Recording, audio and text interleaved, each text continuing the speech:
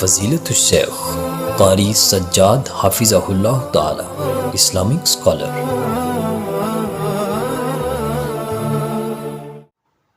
بسم اللہ الرحمن الرحیم۔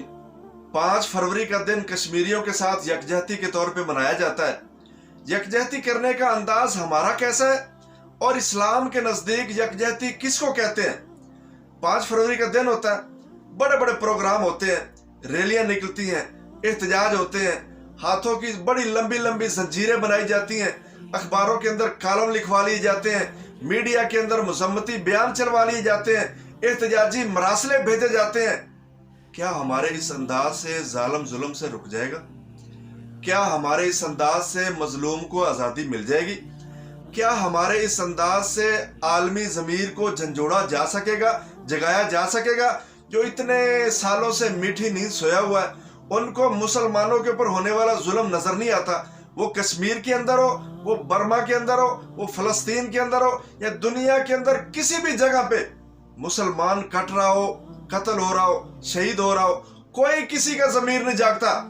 ان کا ضمیر جاگتا ہے صرف اپنے لوگوں کے لیے، اور وہ بھی چند دنوں کے اندر جا کے فیصلہ بھی سنا دیتا ہے۔ سوڈان کے اندر آپ نے دیکھا نہیں ہے کتنے دنوں سے بات چلی، کتنے دنوں کے اندر ضمیر جاگتا ہے، اور کتنے دنوں کے اندر فیصلہ کر کے تقسیم کر دیا جاتا ہے، جنوبی سوڈان الگ کر دیا جاتا ہے۔ ایک یہ ہمارا انداز ہے احتجاج کرنے کا، یکجہتی کرنے کا۔ چلو اس دور کے اندر ہر طرف پابندیاں ہیں، سرحدیں ہیں، ہر ملک کی اپنی سرحد ہے۔ اس دور کے اندر اگر اتنا بھی کر لیا جائے تو بڑی بات ہے، لیکن میں بات کرنا چاہتا ہوں کہ اسلام یکجہتی کس کو کہتا ہے۔ آقا علیہ السلام کا فرمان ہے، ان المؤمن للمؤمن کالبنیان، ایک مومن دوسرے مومن کے لیے عمارت کی مانند ہے، یشد بعضہ بعضا، کہ اس کا بعض کو مضبوط کرتا ہے۔ آقا علیہ السلام نے اپنے دونوں ہاتھوں کی انگلیاں ایک دوسرے کے اندر داخل کر کے تشبیہ بنائی اور کہا کہ جس طرح یہ دونوں ہاتھوں کی انگلیاں ایک دوسرے کے اندر داخل ہو کے مضبوطی پیدا کرتی ہے نا، اسی طرح ایک مسلمان دوسرے مسلمان کے لیے یہ کرے گا۔ عمارت کی مثال کیسے دی کہ ایک اینٹ کے ساتھ اینٹ ملتی ہے، عمارت مضبوط ہوتی ہے، دیوار مضبوط ہوتی ہے، بلاک کے ساتھ بلاک ملتا ہے، دیوار کھڑی ہوتی ہے، عمارت مضبوط ہوتی ہے۔ اور جس عمارت سے، جس دیوار سے ایک اینٹ کو نکال دیا جائے، یا ایک اینٹ کو ہتھوڑے مار مار کے اس کو نرم کر دیا جائے، اور گھر کا مالک ہتھوڑے مارنے والے کو کچھ کہے ہی نہ، گھر کا مالک جو دیوار کو خراب کر رہا ہے، اس عمارت کو برباد کر رہا ہے، کچھ کہے ہی نہ، تو کہاں کا مالک ہوا بھائی؟ اسلام نے یہ درس دیا ہے کہ ایک مسلمان چاہے وہ دنیا کے کسی بھی کونے کے اندر ہے، دوسرے مسلمان کا حق بنتا ہے کہ جس طرح عمارت مضبوطی اس کی اس کے اندر ہے کہ وہ ایک دوسرے کے ساتھ جڑ کے رہیں گے، مل کے رہیں گے، یہ نہیں کہ ایک اینٹ کو نکال دیا جائے تو گھر کا مالک کہے کہ بھئی میری دیوار مضبوط ہے، کوئی پرواہ نہیں، دوسری اینٹ پھر نکال دی جائے، کیا ہوگا؟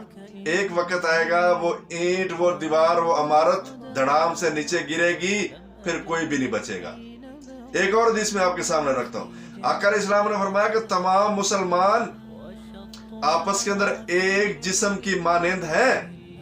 فرمایا جسم کے ایک حصے کو تکلیف ہوتی ہے نا، سارا جسم بے قرار رہتا ہے۔ یہ نہیں کہ سارے کو تکلیف ہے، پاؤں آرام سے سوئے ہوئے بھائی کوئی پرواہ نہیں، یا پاؤں کو درد ہے اور آنکھیں آرام سے نیند کے مزے لوٹ رہی ہو، نہیں۔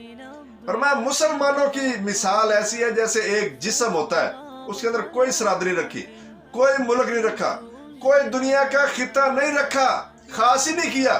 دنیا کے کسی بھی خطے کے اندر کوئی بھی مسلمان جہاں پہ موجود ہے، فرمایا وہ تمہارے جسم کا ایک حصہ ہے، اور اس حصے کی حفاظت کرنا، اس کی مدد کرنا، اس کے لیے یکجہتی کا اظہار کرنا، اس کے لیے پروگرام کرنا، اس کے لیے آوازیں اٹھانا، اس کے لیے کالم لکھنا، اس کے لیے مراسلے بھیجنا، جو کچھ ہم قانون کے اندر رہتے ہوئے کر سکتے ہیں ان حالات کے اندر وہ ہمیں کرنا ہے۔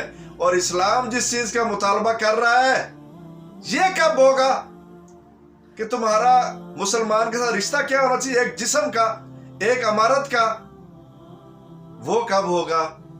وہ اس وقت ہوگا جب ہمارا اتحاد ہوگا، جب ہمارے اختلافات ختم ہوں گے،